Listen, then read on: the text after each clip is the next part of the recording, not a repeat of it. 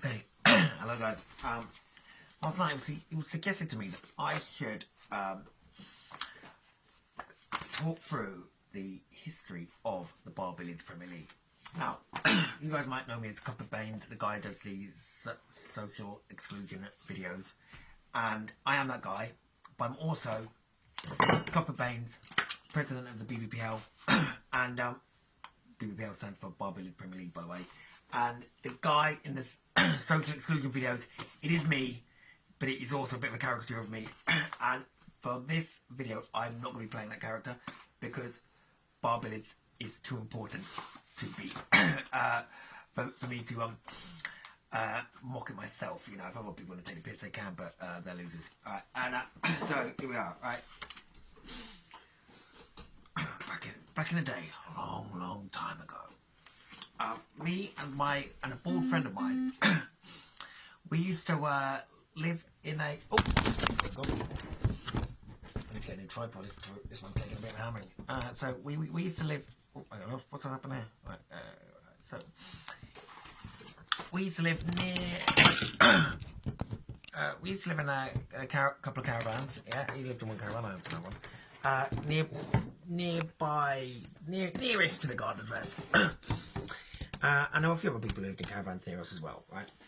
And we used to have a drink on a Thursday night because I used to work nights at nightclubs, so I used to work Friday, Saturdays, and so it was nice to, you know, have a bit of a drink on a Thursday night and play a bit of music, you know, have a nice friendly social.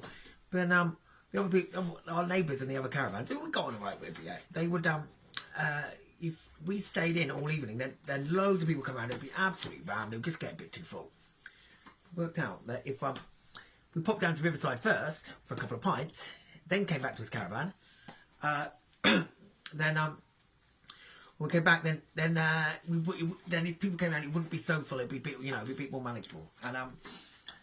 And that was the beginning of the Bar Billiards Premier League. Now, Bar Billiards was not involved at this stage, and in fact, other people who are friends of ours who we know who are part of the BBPL, they may have already played Bar Billiards at possibly the Cross Size or somewhere else before this time, but that's not the beginning of the BBPL. Is me and Nick going out for a drink on a Thursday evening, and I'm going out to Riverside. I quite liked it. It's quite, you know, right. And but then on this one Thursday, Nick said to me, "Cuthbert, maybe this Thursday we'll go to the Gardeners Rest instead." I was like, well, I quite like the Riverside, you know, it's young, happening place, you know. And he said, well, I think it's Katie, who's his then girlfriend, who's now one of my best friends. Katie, she introduced me a couple of days ago. She introduced me to this game, Bar Billiards. They've got a table in the Gardeners Rest. I was like, oh yeah, I think I've seen that table there when I've been there ages ago, but I never actually played. I don't know what it was about. He's like, oh come on, I'll go down and have a game. It was quite exciting, you know. Yeah, and started off with just me and him, and then quite exciting. And then would invite a few other people down. I think some of the other early attendees would have been Katie Chalice, Bedders. He was actually a pretty good player back in the day. His nickname on the Bar Billiards Premier League Facebook Messenger group chat is No Show because he always like, oh yeah, we want to come down, but no fucking turns up. But back when he used to, he was the right player. Alice and Bad they were around by then, and because I think they occasionally played at the Cross Size, possibly before we even were aware of the game. They might have actually played it before we'd even started playing it, but they were involved early on. Bad was a pretty good player back then. AK-47 was a pretty good player back then as well. Unfortunately, she's not quite the player she used to be, and I miss the old AK-47. She was a top player. But she is also, she's got a special place in my heart because she's my only fan. She's the only player in the BBPL that cheers me on. Everyone else cheers on whoever I'm playing against. She's the one person loyal throughout. Thank you very much. And at the time, the table was in the main area of the Gardeners Rest, and because we'd come down quite regularly on the first day, but we were a bit too excited. We were a bit too. We were all nice. When I was friendly, but we were. The other people in the pub, they were quite quiet, you know, like we weren't on that quite fast. So because of us, they moved the table over from that main side over into the small room next door, which is where it now resides. And we were playing regularly, like, and I used to do, like, because not during a lockdown, it's whatever, yeah, but I tend to, like, if I'm going somewhere that's like a group social occasion, like say I'm going out to watch a football game or going out whatever, I'll often post on Facebook, oh yeah, by the way, go and suck this out, anyone wants to join me, blah, blah. So I'll occasionally post, oh, anyone wants to join us for Bar Billiards, well, yeah, and I'll post that occasionally up on Facebook. And it became a bit of a tradition of like, oh, Thursday night, Bar Billiards night, and my brother was definitely coming down regularly at this point as well, and he was a pretty good player. I was not all that at this time. I was okay, nothing special. I didn't have the ability to get the big scores like Bedders and Bad and Rob could, you know. If I could turn the game into a tight tactical battle, I'd have a good chance of winning. But if it became like a high scoring, I couldn't do it.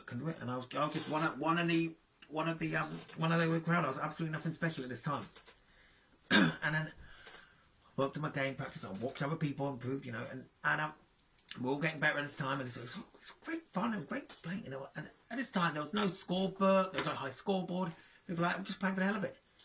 And I've been gradually working on my game, improving, trying to, because I had to get better than Rob. I had to get, you know, and I worked out a way to beat the players who could score big and get the big breaks. Yeah, I worked out a new strategy to be able to beat them, and it's the most demoralising strategy to play against you could ever possibly imagine.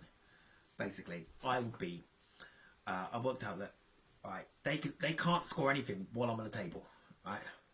I could go and try and like chase a big score and try and like take a few risky shots again, but like, you know, I didn't quite have that game. But you know what I can do? If I just roll in 10 after 10, like put the ball into the easiest possible pocket to score in. It's only 10 points, but you get another go, and then you get another 10 points, and then you get another go, and I'll stay on the table for ages just rolling in these 10 dudes, and they get quite frustrated sat down there, and by the time they get back up, they feel like they haven't even go for ages, and then so they're going to rush it, and then make a mistake, and then I'm back at the table again.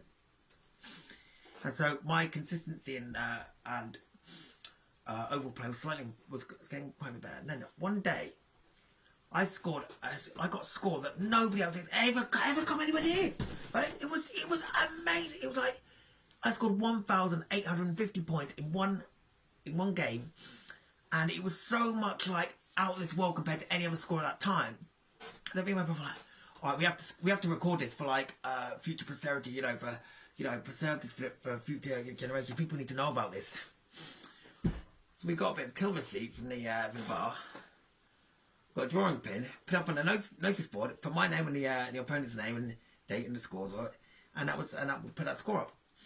And then gradually as things went on, we were like, all right, you know what? If anyone scores above 1,500 points, they should be onto the high scoreboard, up to about a maximum like 10 scores, and then whether the top 10 are.